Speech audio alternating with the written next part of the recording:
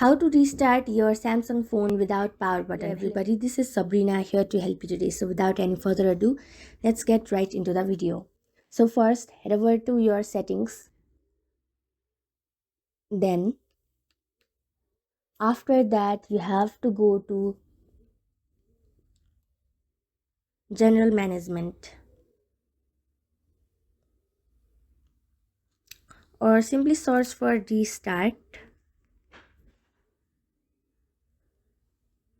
and then you will see this option auto restart at set times. Then simply enable this and schedule your restarting.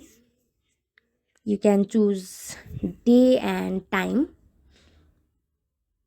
As you can see here, the phone will only restart when the screen is off, the phone isn't being used, the battery is above 30%, and the SIM card lock is off.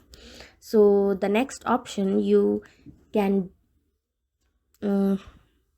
consider is downloading a third-party application called Restart, and then you can just install any of this third-party application and tap on the button to restart without your power button. So that's it. Thank you for watching this video. Make sure to like, share and subscribe to our YouTube channel. If you got any question, comment them down and I'll catch you in the next one.